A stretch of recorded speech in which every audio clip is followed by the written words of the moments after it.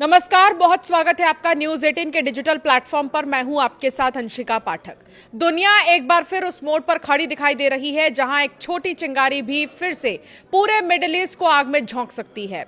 बीते 24 घंटे में जो 3 बड़े घटनाक्रम सामने आए हैं, उन्होंने वैश्विक कूटनीति की धड़कनें तेज कर दी हैं। ईरान ने अमेरिका को सीधे जवाब देने की धमकी दी है। अमेरिकी विदेश मंत्री मार्को रूबियो ने क्वाड बैठक में साफ कहा कि ईरान के साथ कोई समझौता इतनी जल्दी नहीं होने वाला। तो वहीं पाकिस्तान ने डोनाल्ड ट्रंप के उस बड़े प्रस्ताव को ठुकरा दिया जिसमें इजराइल को मान्यता देने की बात शामिल थी। ये तीनों घटनाएं अलग अलग जरूर दिखती हैं, लेकिन इनके तार सीधे मध्य पूर्व की उस उबलती राजनीति से जुड़े हैं जहां तेल, ताकत और रणनीति का खतरनाक खेल चल रहा है। सबसे बड़ी चिंता हॉर्मुज जलडमरू मध्य को लेकर है। दुनिया के बड़े हिस्से का तेल इसी रास्ते से गुजरता है और पहले से ही युद्ध के दौरान ये काफी ज्यादा प्रभावित रहा है, जिसका असर अब पूरी दुनिया में देखने को मिल रहा है। अगर यहां तनाव एक बार फिर बढ़ा तो सिर्फ मध्य पूर्व नहीं बल्कि पूरी दुनिया की अर्थव्यवस्था अब तक के खतरनाक स्थिति में पहुंच सकती है। बाजारों में पहले ही बेचैनी दिखाई देने लगी है। विशेषज्ञों का यह मानना है कि अगर आने वाले दिनों में बातचीत आगे नहीं बढ़ेगी तो हालात और भी ज्यादा विस्फोटक हो सकते हैं। हाल के दिनों में अमेरिका ने ईरान के मिसाइल लॉन्च साइट्स और स्ट्रेट ऑफ हॉर्मुज के आसपास मौजूद कुछ नावों पर स्ट्राइक किए थे। अमेरिका का इन्हें सेल्फ डिफेंस बताना सामने आया, लेकिन ईरान ने इसे खुली आक्रामकता माना।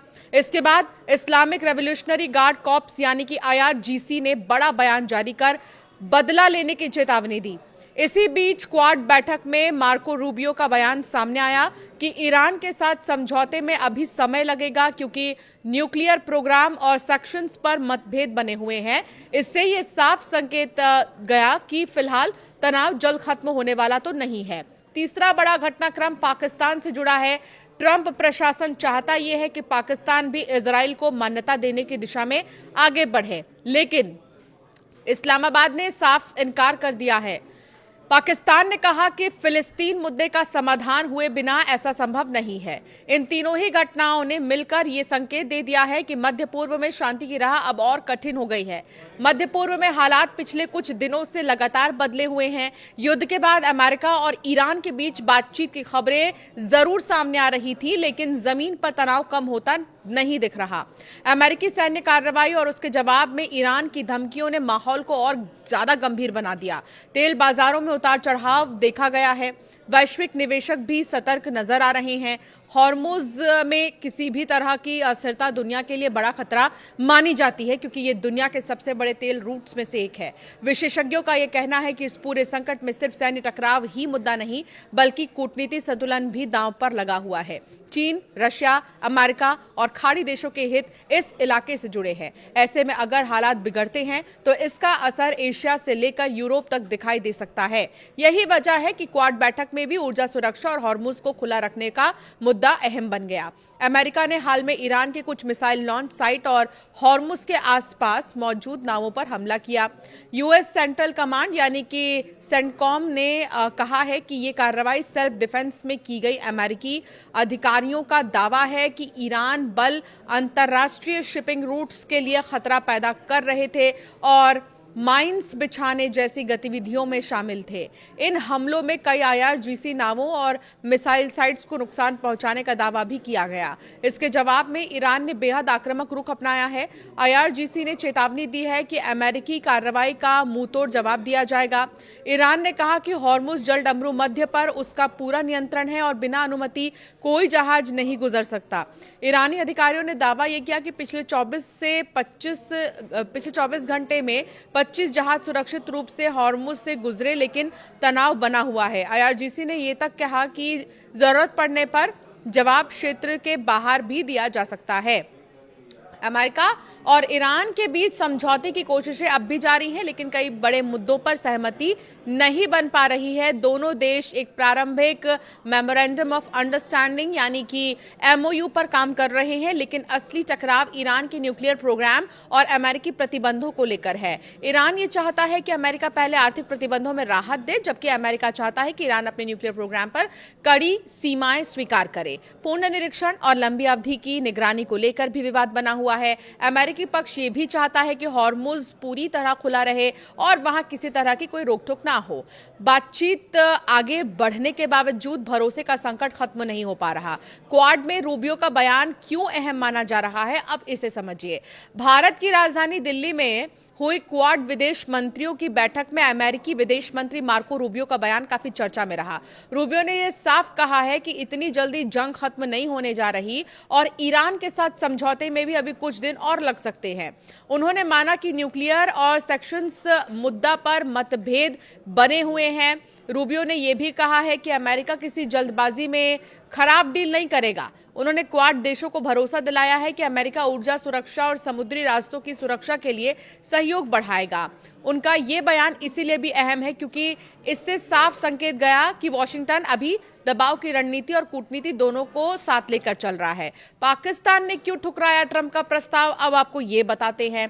डोनाल्ड ट्रंप की कोशिश है कि अब्राहम अकॉर्ड्स का दायरा और बढ़ाया जाए। इसी रणनीति के तहत पाकिस्तान समेत कुछ मुस्लिम देशों से इजराइल को मान्यता देने की बात की गई, लेकिन पाकिस्तान ने इस प्रस्ताव को साफ तौर पर खारिज कर दिया। पाकिस्तान के रक्षा मंत्री ख्वाजा आसिफ ने कहा कि फिलिस्तीन मुद्दे का समाधान हुए बिना इजराइल को मान्यता देना संभव नहीं है। पाकिस्तान ने दोहराया कि उसकी नीति फिलिस्तीन के समर्थन में बनी रहेगी। इस फैसले को ट्रंप के मध्य पूर्व रणनीति के लिए बड़ा झटका माना जा रहा है। विशेषज्ञों का यह कहना है कि इससे क्षेत्रीय संतुलन और जटिल हो सकता है क्योंकि अमेरिका चाहता है कि मुस्लिम देशों का एक बड़ा समूह इजराइल के साथ खुले रिश्ते बनाए। हॉर्मुज की अगर बात करें तो दुनिया की ऊर्जा सप्लाई का सबसे अहम रास्ता माना गया। दुनिया के लगभग 20% तेल की सप्लाई इसी रास्ते से गुजरती है। पहले से एक युद्ध के कारण ये प्रभावित हो चुका है। इसका असर अब दुनिया की अर्थव्यवस्था पर दिख रहा है। अगर यहां तनाव फिर से बढ़ता है या शिपिंग फिर से प्रभावित होती है तो तेल की कीमतों में जो पहले से उछाल आया है वो और खतरनाक हो सकता है। विशेषज्ञ ये मान रहे हैं कि फिलहाल बाजार स्थिति पर नजर रखे हुए हैं, लेकिन अगर ईरान और अमेरिका के बीच कोई सीधा सैन्य टकराव फिर से शुरू हुआ तो वैश्विक सप्लाई चेन एक बार फिर से प्रभावित हो सकती है। इसका असर भारत जैसे बड़े तेल आयातक देशों पर भी पड़ेगा। पेट्रोल डीजल की कीमतों से लेकर महंगाई तक कई मोर्चों पर दबाव पहले से युद्ध के कारण है। सबसे बड़ी चिंता हॉर्मुज जल डमरू मध्य को लेकर है। दुनिया के बड़े हिस्से का तेल इसी रास्ते से गुजरता है और पहले से ही युद्ध के दौरान ये काफी ज्यादा प्रभावित रहा है, जिसका असर अब पूरी दुनिया में देखने को मिल रहा है। अगर यहां तनाव एक बार फिर बढ़ा तो सिर्फ मध्य पूर्व नहीं बल्कि पूरी दुनिया की अर्थव्यवस्था अब तक के खतरनाक स्थिति में पहुंच सकती है। बाजारों में पहले ही बेचैनी दिखाई देने लगी है। विशेषज्ञों का यह मानना है कि अगर आने वाले दिनों में बातचीत आगे नहीं बढ़ेगी तो हालात और भी ज्यादा विस्फोटक हो सकते हैं। हाल के दिनों में अमेरिका ने ईरान के मिसाइल लॉन्च साइट्स और स्ट्रेट ऑफ हॉर्मुज के आसपास मौजूद कुछ नावों पर स्ट्राइक किए थे। अमेरिका का इन्हें सेल्फ डिफेंस बताना सामने आया, लेकिन ईरान ने इसे खुली आक्रामकता माना। इसके बाद इस्लामिक रेवोल्यूशनरी गार्ड कॉर्प्स यानी कि IRGC ने बड़ा बयान जारी कर बदला लेने की चेतावनी दी। इसी बीच क्वाड बैठक में मार्को रूबियो का बयान सामने आया कि ईरान के साथ समझौते में अभी समय लगेगा क्योंकि न्यूक्लियर प्रोग्राम और सेक्शंस पर मतभेद बने हुए हैं।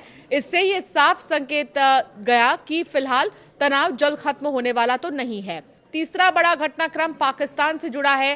ट्रंप प्रशासन चाहता यह है कि पाकिस्तान भी इजराइल को मान्यता देने की दिशा में आगे बढ़े, लेकिन इस्लामाबाद ने साफ इनकार कर दिया है।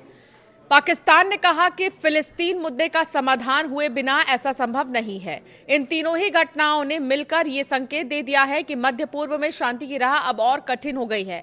मध्य पूर्व में हालात पिछले कुछ दिनों से लगातार बदले हुए हैं। युद्ध के बाद अमेरिका और ईरान के बीच बातचीत की खबरें जरूर सामने आ रही थी, लेकिन जमीन पर तनाव कम होता नहीं दिख रहा।